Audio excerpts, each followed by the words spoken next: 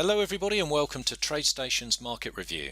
My name's Simon Clarke from Trade with Precision, and I'll be discussing a general review of some of the most interesting markets and trends that I'm interested in right now.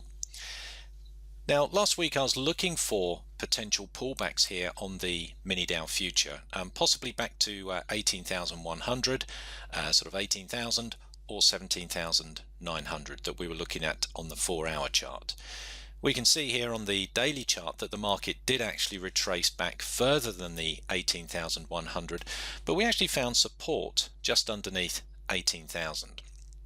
So if we come down back to the 4-hour chart, we can see the intraday price action a little bit more clearly here. So we can see that just underneath 18,000 here, which was around sort of 17,960, the market sort of came back to this area, retraced back up to 18,100 and then retested it again.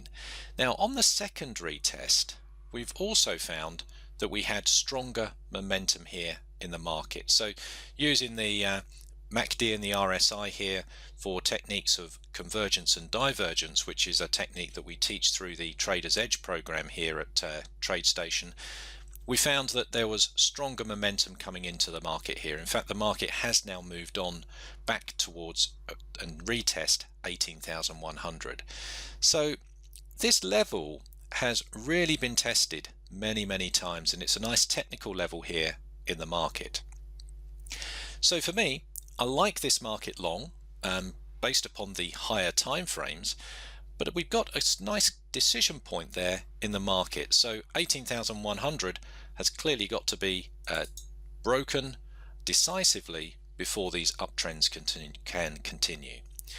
If we take a look at the higher time frames here, the weekly chart still in a nice strong bullish uptrend. In fact, the market's just retraced nicely back into the 10 and 20 period moving average zone, which is a nice zone that the market's actually retraced back into before momentum has come back into the market and the trends continued.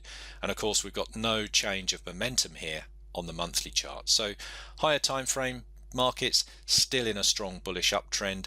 So my bias on this market is still long, but I certainly want to wait for 18,100 to be broken again before I'm looking for any more swing positions to get positioned for the upside.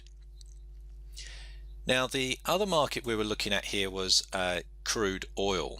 Now, crude oil, because we've now got a lower high on the daily chart, I was looking for continued short momentum in the market. In fact, if we come down to the 4-hour chart again,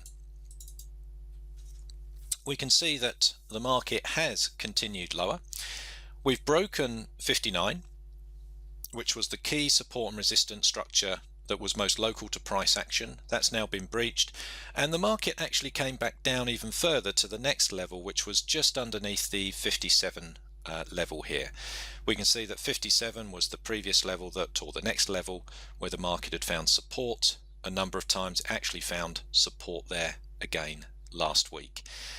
Now, since it's hit that, it's now broken back up, had quite a nice move back up above 59 again. So what this means is here on the 4-hour chart, we've really got sort of no clear trend here. There's no sort of decisive direction here as to which way the market's going, even though the higher time frames are starting to look bearish. In fact, if I start to mark a level in here, so we've got a level that we can start to see here just around sort of just underneath 61. Actually, it's more around 60.90. The market's tested this area as resistance again, and also it's recently retested again here. So I think we've got around this sort of 61 area here, we've certainly got a level of potential resistance to get through if this uptrend is going to continue. The market this might just be enough resistance for the market to keep the market continuing to move down, but I think that's a key decision point there in the market. If we come and take a look at the higher time frames to try and get a bearing on the direction of the market, if we've marked this level in here on the daily chart, we can see that the market has sort of found resistance at this area before, resistance, support, resistance again, resistance again. So we can see that this area is sort of becoming fairly significant here. If this market is going to turn around in an uptrend, then we've got to break through this resistance level, which is going to mean that we're going to have quite a bit of momentum, long momentum coming back into the markets again. Now, the next market that we looked at here was soybean meal. So looking here at soybean meal, we're looking at this market in this downtrend, and more specifically around this 308 level. This 308 level that if I just zoom out, we can see that this market's tested this level a number of times. We're now in a nice downtrend. The market had broken through the level and then come back to retest it. In fact, since then, the market has just sort of consolidated sideways. It's tried to break above 308 again. It's failed to be able to hold above it, and now we've just again got this sort of sideways consolidation. The market's coming back down towards the low of this consolidation. So again, if we come back to the 4-hour chart, we can see this sideways consolidation in price action. The lower level here around 302.8 is an area that we could see that the market had found support before. In fact, now we could actually move this a little bit lower to around the sort of 301 area, 301 to 302, where we can see that the market's found support now 3 times, and we're just coming back up to it again. So I do like this market short, but we've got 2 very, very key decision point levels here in the market for the market to break before I get interested in getting positioned for this market. If we take a look at soybean meal, of course, looking at the higher time frames, we can see that the market is still in a downtrend. In fact, if we want any sort of confirmation on the downtrend, we can come across to soybeans themselves, and we can see that soybeans here on the daily chart in a nice strong downtrend again, and the market's just sort of come back to the 10 period moving average again. So again, soybeans and soybean meal, they're very highly correlated markets, and we've just got the sort of confirmation of the downtrend here on the soybean itself. Okay, so let me just tell you about the webinars that we're running this week here at TradeStation International. If you come across to the TradeStation International website, then come to the webinars tab here, and then live webinars over here on the left hand side.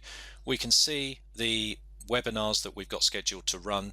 So this week on Wednesday, we've got day trading the index futures. This is a 1-hour webinar, and in this webinar we're going to be taking a look at a number of skills and techniques that we can use on the TradeStation platform to be able to day trade the index futures. So that's markets like the US markets, like the Dow Jones, the S&P 500, the Nasdaq, even the DAX and Euro Stoxx 50. So those are some of the sort of common and most sort of popular index futures markets for private traders to trade, and we'll be looking at techniques that we can utilize to trade those.